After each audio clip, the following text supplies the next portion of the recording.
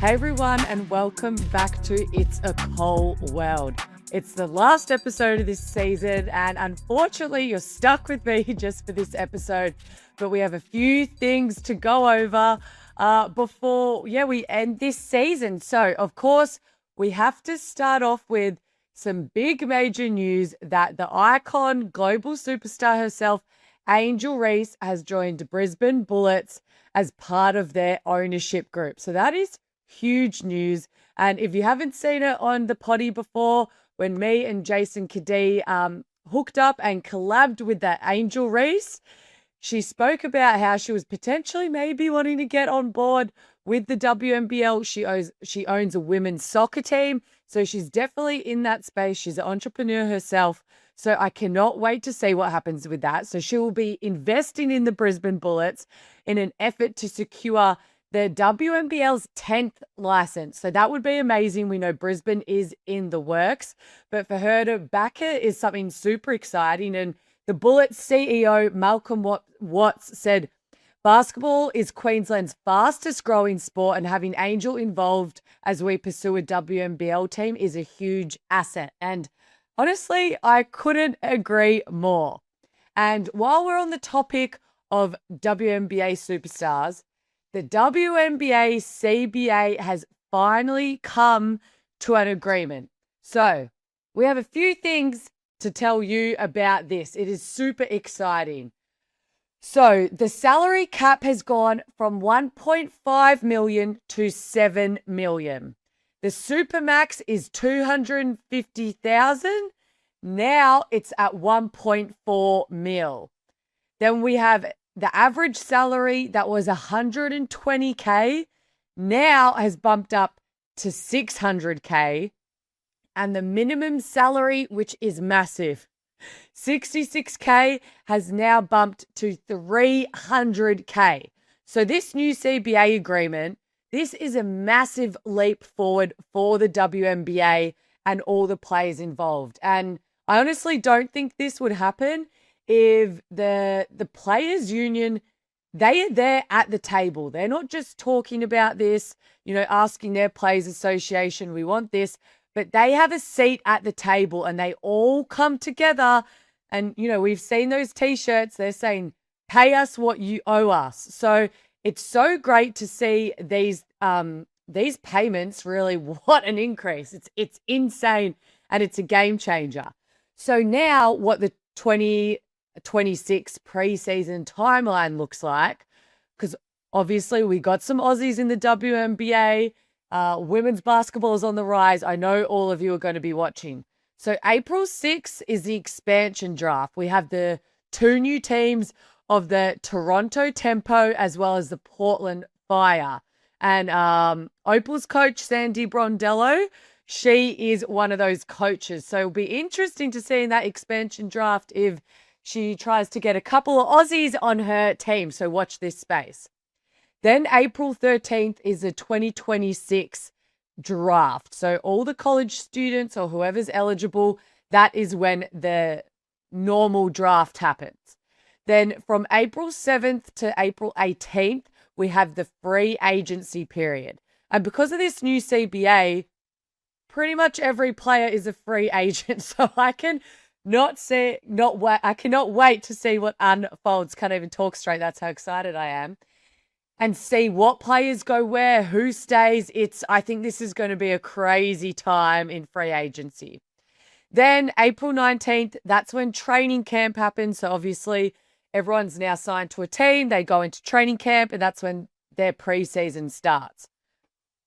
April 25, they have preseason games like the WNBA always does. Normally you can watch them as well on the WNBA app and stream them. So that'll be good to see, where teams at, especially if they're new. There's a lot of movement. These games can be a real help to start the season.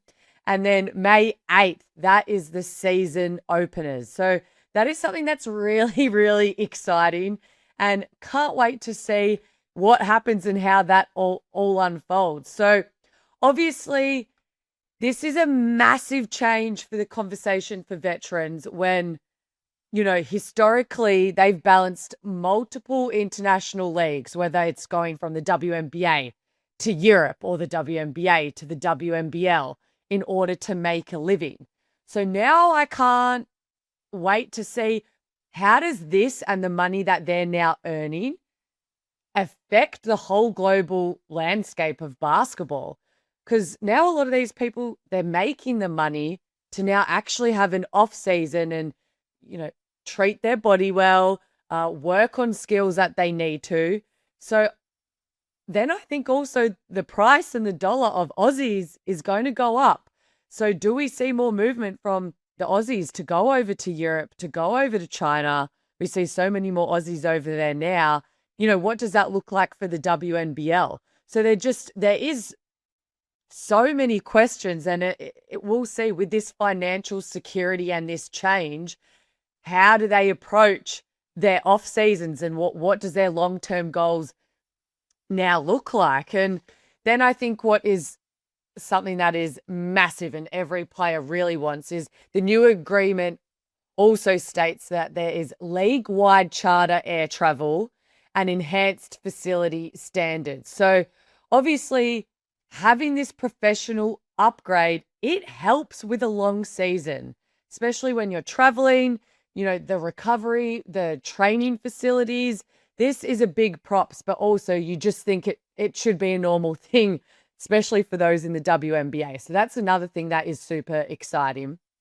And what I love is obviously the women before us have paved the way for what we have now. And what I really enjoy is that people who have played in the season for a certain amount of time in the WNBA, they will be getting back paid. And there's certain years to different pay brackets. But yeah, if you're retired, you're a vet, they're getting recognition. So for me, that is something that I really like that the players wanted in the CBA who are playing today.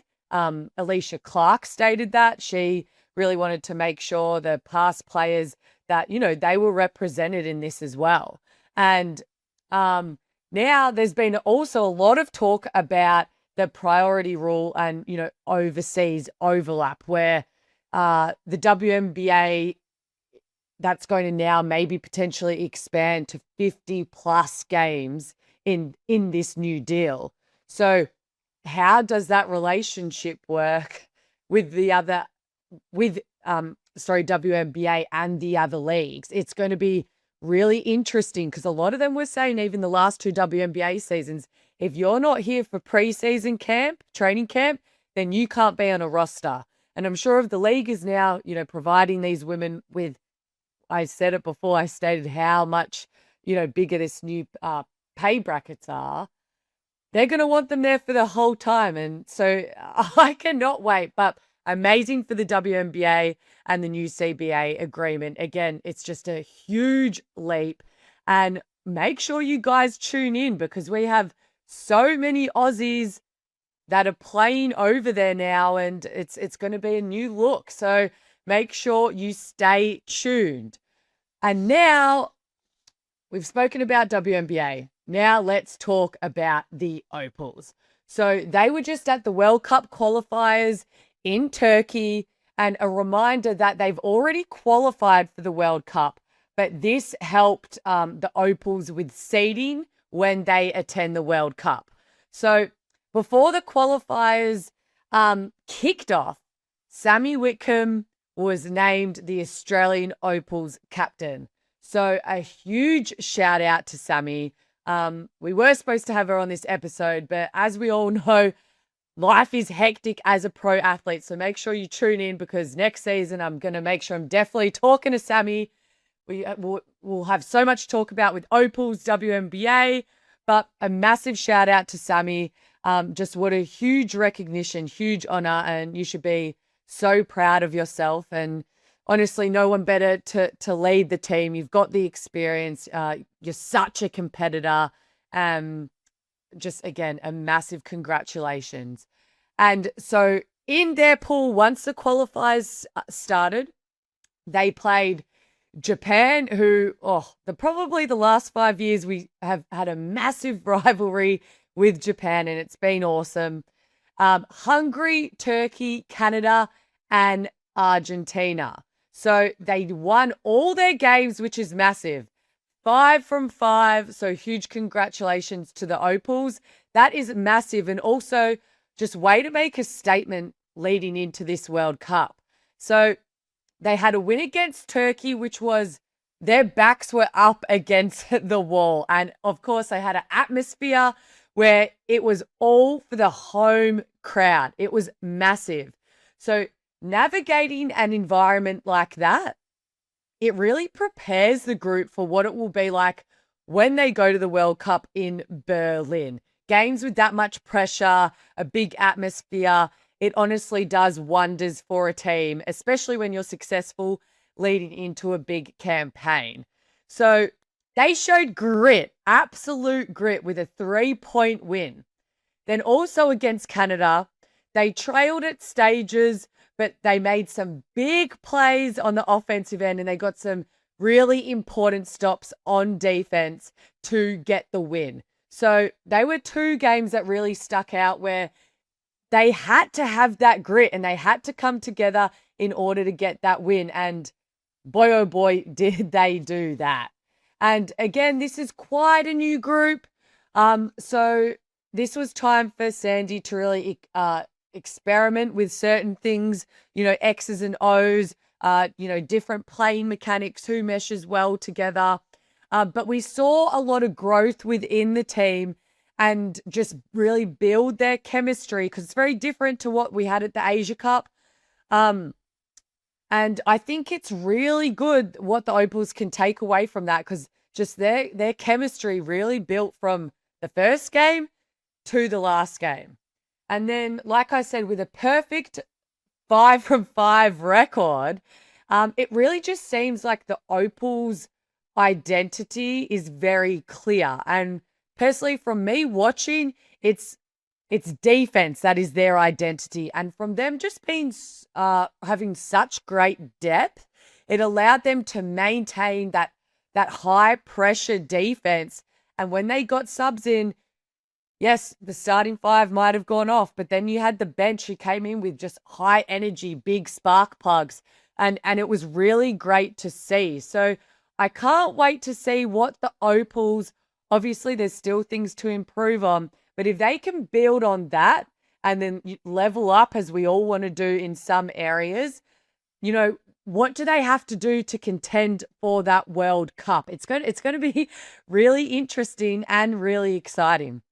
And then there was obviously a younger playing group as well that really stepped in. And for me, the likes of Zatina Akuso, she stepped up and she played some really good minutes as, she's that next young big that's really finding her feet. So that was awesome to see. And then, of course, the WNBL MVP, Izzy Ball-Ace, she came in and she was phenomenal off the bench. I think she had a 19-point game in like 16 minutes. And it was just so great to see the growth. If you go back to the Olympic campaign from Ball-Ace to now, completely different, player. And you can just tell her mindset even. So to have someone like Ball-Ace off the bench, and again, she's still so young, is super phenomenal for Australian basketball. So then, like I said, they had those 5 games, and after every game, they would have a MVP for that game, and they were called the TCL Player of the Game. So we had Ezzy Magbagor received one, Zatina Akuso, Alana Smith, and then Sammy Whitcomb won 2 of those. So congratulations to those girls, and obviously I just mentioned 2 big names in Alana Smith and Ezzy Magbagor. But they were truly the anchors. They have just played in the WNBA now, and they've really found their way. They're big statement pieces. They're both in the starting 5s there. Lan came off Defensive Player of the Year. They then both just played in Unrivaled, which that gets your one-on-one game going clearly. But you can just tell they really are just on a whole nother level, and they're really going to, be the anchor and really help lead the way for this team. And, speaking of, I guess, people who can be an anchor. Kayla George is also one we have to mention. When Ezzy went out with injury, we're still waiting to see exactly what happened, and hopefully Ezzy is okay, sending our best wishes her way. But she stepped up and she was hitting some big time triples against that game, against Turkey again, that big atmosphere in the home crowd. And she's been there, she's done that. She's gone to the Asia Cups, World Cups, Olympics. So it was great to see her when she had the opportunity to step up, and she's another one that's helping Sammy Whitcomb be a leader.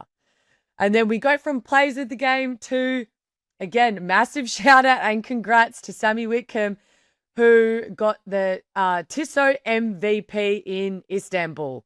So she's played on massive stages, but this was her first MVP for a national team. So I can just imagine how amazing that would feel. But if anyone knows Sammy, she won't care about that. She'll care that they were 5 from 5. And hey, what can I do better? How can I lead this team in order to be successful at the World Cup? So big congrats to you, Sammy, on that MVP. And I think I have to mention as well, she is obviously a vet of the team. I think if this season in the WNBL hasn't shown anything, that age doesn't matter. If you're playing good basketball, you're playing good basketball. Period. Underline, bold. Exclamation point. But she's 37 and she led the team in scoring, minutes, steals. And it's just the way that she's impacting the game at both ends of the floor at such a high volume is super impressive. So I think if there's anyone out there who's thinking, am I too old to do this? Or should I keep going? Yes, you should. Age is nothing but a number, so keep at it. But again, a lot from the Opals standpoint. They had a great World Cup qualifying campaign in Istanbul, and now I can't wait to see what the World Cup in Berlin brings. So again, guys, stay tuned. Make sure we got big things coming up in the WNBA. In the WNBL, we have the new team in the Tasmania Jewels. Free agency also starts soon for the WNBL. So there's going to be some exciting things ahead. So make sure you stay across it at basketball.com.au. But thanks so much for sticking with me through season 2. We had some incredible guests on the show, but I'll be taking a little break and then we'll be back with season 3 of It's a Cold World with more guests, more basketball and hoops from Australia and around the globe. But I'm your host, Bet Cole. It's been an absolute pleasure. It's a Cold World.